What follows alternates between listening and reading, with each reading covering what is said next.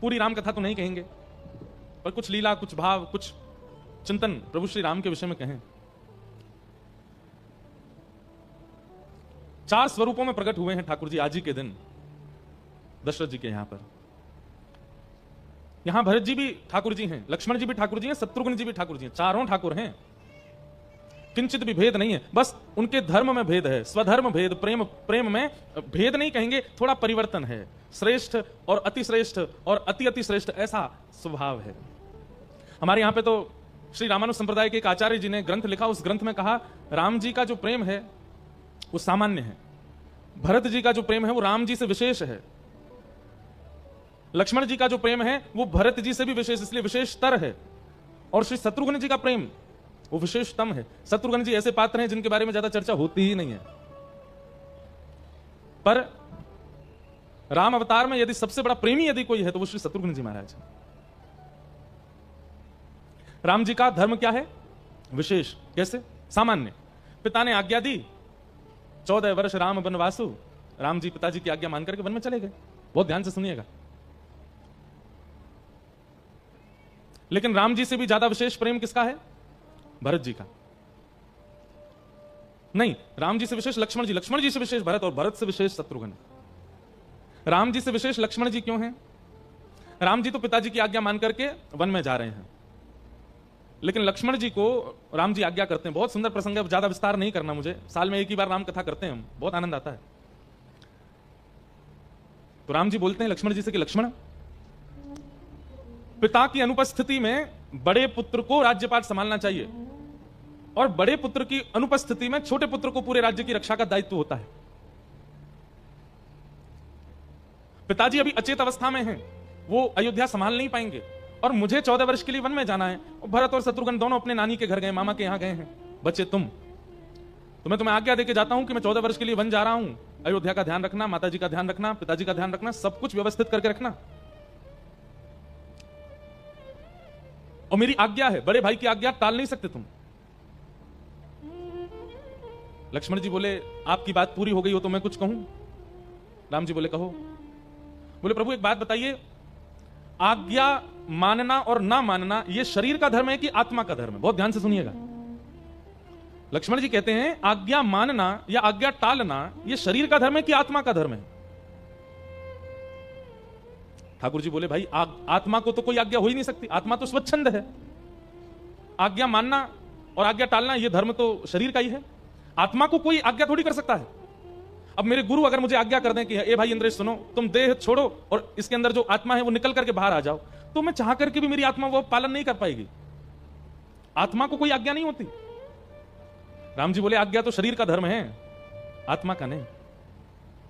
तो लक्ष्मण जी उत्तर देते हैं तो ठीक है, शरीर आपकी आज्ञा मानेगा क्या कि अयोध्या से बाहर नहीं जाना, शरीर यहीं रहेगा, लेकिन आप एक बार अयोध्या से बाहर रखिए, आत्मा निकल करके आपके पीछे जाएगी, मैं देह त्याग कर दूंगा आपके बगैर।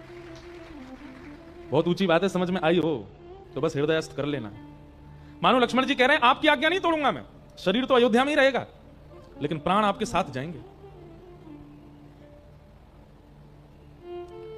लक्ष्मण जी का प्रेम, लक्ष्मण जी का धर्म राम जी से भी श्रेष्ठ है। और लक्ष्मण जी को साथ जाना पड़ा, क्योंकि राम जी बोले अगर मैंने हठपूर्वक लक्ष्मण से कहा कि तुम रहो तो ये रहे और जाएगा, कहेगा ठीक है मैं हूं अयोध्या में, आप अयोध्या से बाहर जाके देखिए, फिर मत कहिएगा कि लक्ष्मण कहां चले गए तुम। भगवान श्री राम कहते हैं आत्महत्या करना पाप है। बोले आत्महत्या नहीं करूंगा मैं आत्महत्या नहीं करूंगा नाथ, तो मेरे प्राण बसते ही आप में, आप यदि मेरे नेत्रों से थोड़ी देर के लिए दूर गए तो ये मेरा, मैं आत्महत्या नहीं करूंगा, ये मेरी स्वमृत्यु होगी कि आपके जाते मेरे प्राण निकलेंगे, ये मेरी सहज मृत्यु है, इसमें मैं कुछ कर नहीं सकता हूं प्रभु। राम जी बोले जल्दी वस्त्र बदलो, चलो हमारे साथ। चल दिए। लेकिन भरत जी का प्रेम वो लक्ष्मण जी से भी विशेष है। क्यों? बहुत विस्तृत प्रसंग है, इनकी चौपाइयां गाई जाएं तो आनंद। अब हमको चौपाइयों का अभ्यास कम है, देख के तो गा दें, विस्मृति में ऐसे नहीं है। सब लोग ध्यान पूर्वक इधर देखो, कथा सुनो। हम क्यों पूछते हैं प्रभु श्री राम को, हम क्यों वंदन करते हैं राम दरबार का? भाई जीवन कैसा होना चाहिए, प्रेम कैसा होना चाहिए, धर्म कैसा होना चाहिए, निर्णय कैसा होना चाहिए, ये प्रभु श्री राम के परिवार से सीखिए। आपको हम स्पष्ट रूप से कह दें, हमारे संतों ने, हमारे कई विशिष्ट महापुरुषों ने सीता जी का पुनर्वनवास, इसको स्वीकार नहीं किया। आज भी हमारे कई संत ऐसा मानते हैं कि ये हुआ ही नहीं है। ये तो बाद में कई हमारे ग्रंथों से छेड़छाड़ की गई, कई बात, कई भाव उनमें हम लोगों को विचलित करने के लिए डाले गए हैं। और यदि हुआ भी है तो उसका रूप वैसा नहीं है जैसा हम लोगों को समझ आता है। मानस जी तो राज्याभिषेक राम जी का हुआ, उसके बाद मानस जी में तो कुछ भाव ही नहीं लिखा। रामायण अद्भुत है। लक्ष्मण जी का प्रेम राम जी से विशेष, लेकिन भरत जी का प्रेम, जब भरत जी लौट करके आए, पता चला पिताजी की मृत्यु हो गई, अपनी मां कैकेयी का त्याग कर दिया और समस्त अयोध्या वासियों के साथ राम जी को वापस ले जाने के लिए भरत जी गए चित्रकूट। और वहां चित्रकूट जब पहुंचे, आहा इतना सुंदर प्रसंग है। भरत जी जब जाते हैं चित्रकूट, ऐसा वर्णन आता है कि जैसे ही कामदगिरी पर्वत दिखाई दिया भरत जी को, जिस पर्वत पर राम जी रह रहे थे, निवास कर रहे थे, निषाद राज ने कहा, हे भरत जी महाराज देखिए वो जो पर्वत है ना, उसी पर्वत पर ऊपर एक बड़ा वृक्ष दिखाई दे रहा है, उसी वृक्ष के नीचे कुटिया बनाकर के राम जी रहते हैं। भरत जी ने जहां से उस पर्वत को देखा, कहते हैं भरत जी वहां से पैदल चल के नहीं गए, दंडवती परिक्रमा करते हुए गए, दंडवत करते हुए गए। क्यों? बोले जिस मार्ग पर मेरे भैया चल के गए वहां मैं चल के जाऊंगा। लेटे लेटे गए। कहते हैं एक मार्ग, एक समय ऐसा बीच में आया कि भरत जी मार्ग भटक गए, कहां जाना है। तो आकाश से देवता भरत जी की भक्ति को देख रहे थे, उन्होंने पुष्प वर्षा करके पगडंडी बना दी, भरत जी को बताया कि ऐसे जाइए आप।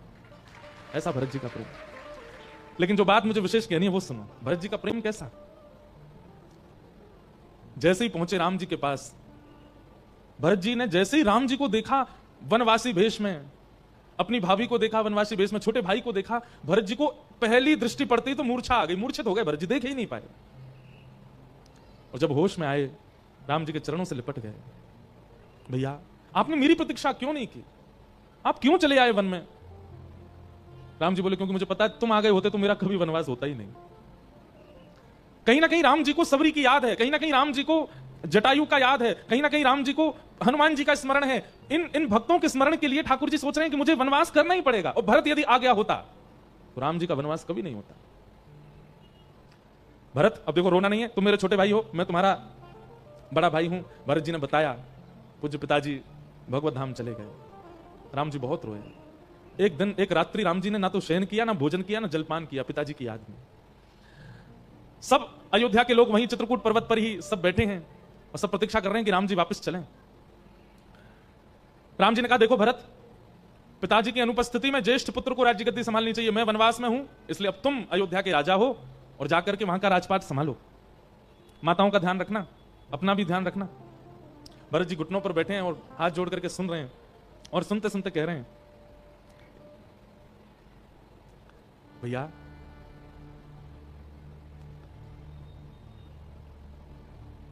आप वापस अयोध्या नहीं चलेंगे। भरत जी, राम जी कहते हैं, मैं पिता के आज्ञा का पालन करूंगा, 14 वर्ष बाद ही आऊंगा वापस।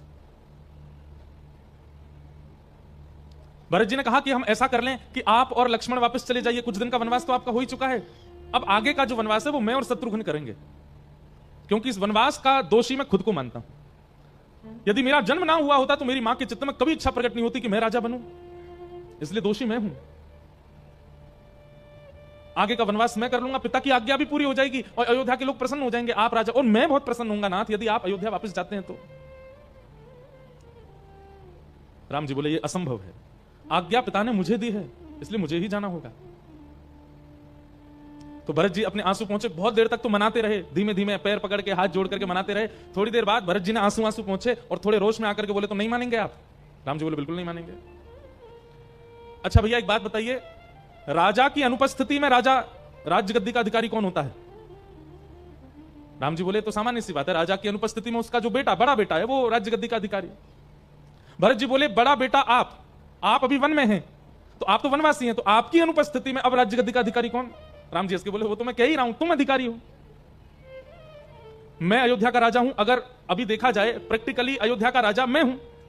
राम जी बोले, हाँ अभी तुम ही हो, क्योंकि मैं तो वनवासी भेष में हूं, लक्ष्मण मेरे साथ है, बच्चे तुम ही हो राजा।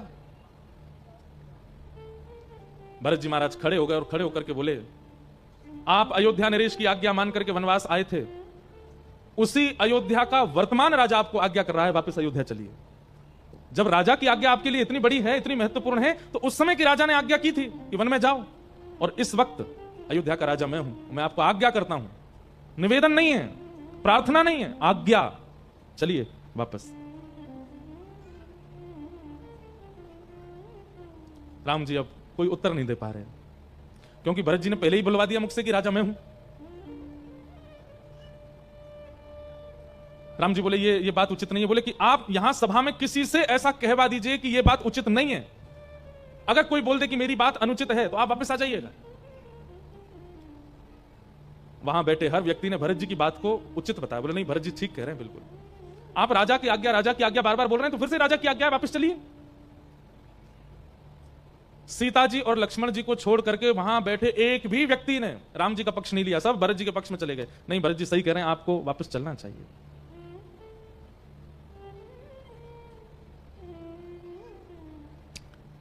कुछ देर विचार करने के बाद गुरुदेव की ओर जब देखा राम जी ने, तो गुरुदेव ने भी आज्ञा की, नहीं, भरत की बात से मैं सहमत हूं, आप चलो।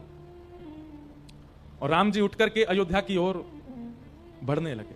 और जैसे ही पहला कदम ठाकुर जी ने अयोध्या की ओर बढ़ाया, वहां जितने भी लोग थे सब जय जयकार करने लगे, सबके मुखमंडल पर प्रसन्नता हो गई, सब आनंद में भर गए। आकाश में देवता भी आनंद में आ गए, सब प्रसन्न थे सिवाय एक राम जी के। राम जी प्रसन्न नहीं है।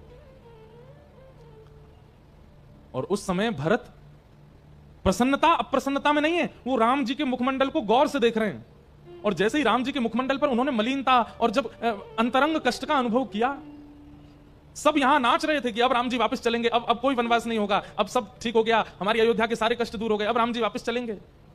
लेकिन उसी समय उस उत्सव को विश्राम किया और भरत जी महाराज हाथ जोड़ करके बोले, प्रभु, मेरा प्रेम ऐसा नहीं है कि मैं अपनी जिद में अपने प्रियतम को कष्ट दूं। यदि मेरे लिए और मेरे भाव की पूर्ति के लिए आप अयोध्या जा रहे हैं और उससे यदि आपको कष्ट है, तो मैं ऐसा कष्ट नहीं दे सकता। मेरा प्रेम ऐसा नहीं है। मेरा प्रेम तो तत्सुखे सुखित्वम, आप जिसमें सुखी हैं मैं उसमें सुखी हूं। यदि आपको अयोध्या जाने में कष्ट होगा, नाथ क्षमा कीजिए, आप मत जाइए।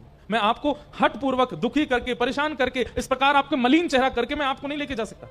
बंधुओं, ये प्रेम की अवस्था हर किसी के चित्त में नहीं होती। कई बार प्रेम में हम हठीले हो जाते हैं, हमारी बात माननी पड़ेगी, हम ऐसा कह रहे हैं, आपको करना पड़ेगा।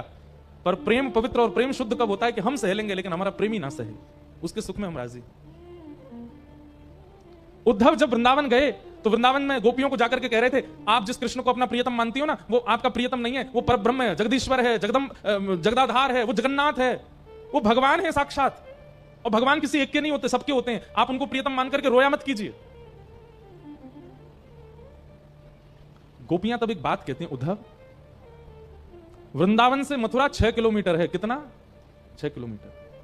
कृष्ण की हमसे दूरी केवल 6 किलोमीटर है, यानी कि 2 कोस। एक कोस में 3 किलोमीटर होते हैं। कृष्ण हमसे 2 कोस दूर है बस उद्धव। हम चाहें तो दिन में 3 बार मिलके आ सकती हैं उनसे, लेकिन आज वर्षों बीत गए, आज तक नहीं गई हैं। क्यों? क्योंकि हमारा प्रेम ऐसा नहीं कि रोज पहुंच जाएं, रोज बात करें, रोज मिलें, रोज देखें। हमारा प्रेम तो ऐसा है कि हमारा प्रियतम जहां प्रसन्न है वो प्रसन्न है, ये सुनकर के हम प्रसन्न है। भले ही हमें वो मिलता नहीं है, हमें वो दिखता नहीं है, हमसे आकर के वो बात करता नहीं है, हमको उसकी आवश्यकता नहीं, पर वो प्रसन्न है ना मथुरा में, हम उससे प्रसन्न हैं। और प्रेम की ऐसी पराकाष्ठा बताती हैं गोपियां, उद्धव सुनकर के शांत हो गया। हमारा प्रेम देखने का नहीं है, हमारा प्रेम स्पर्श का नहीं है, हमारा प्रेम सुनने का नहीं है, हमारा प्रेम पकड़ने का नहीं है। हमारा प्रेम तो अपने प्रियतम को प्रसन्न देखने का है। और यदि वो प्रसन्न है तो हम प्रसन्न हैं। इसीलिए रामावतार में, रामलीला में श्री भरत जी को गोपी ही माना गया है। ये गोपी हैं। भरत जी महाराज राम जी के चरणों में गिर जाते हैं और रोते हुए, आंखें लाल पड़ गई, मुख लाल पड़ गया, और रोते हुए कहते हैं, प्रभु मैं कष्ट सह लूंगा, आपके बिना मैं एक पल नहीं रह सकता, पर मैं रह लूंगा, पर आपको कष्ट देकर के अयोध्या नहीं लेके जाना चाहता। आपकी इच्छा, आपकी रुचि यदि वन में रहने की है तो आप वन में ही रहिए। हजारों लोग प्रसन्न होंगे आपके अयोध्या आने से, लेकिन आप प्रसन्न नहीं हो, इसलिए मैं आपको कष्ट नहीं दे सकता। लेकिन याद रखिएगा, 14 वर्ष मैं भी राज सिंहासन पर नहीं बैठूंगा। मेरे भैया एक परन कुटी में रहते हैं तो मैं भी घर के अंदर नहीं रहूंगा। मेरे भैया जमीन पर सोते हैं तो मैं भी जमीन पर नहीं सोऊंगा, मैं किसी पलंग पर नहीं सोऊंगा। मेरे भैया ब्रह्मचर्य का पालन कर रहे हैं तो मैं भी एक ब्रह्मचर्यत्व का पालन करते हुए निर्वहन करूंगा। सब लोग इधर देखो, बहुत ध्यान से सुनो।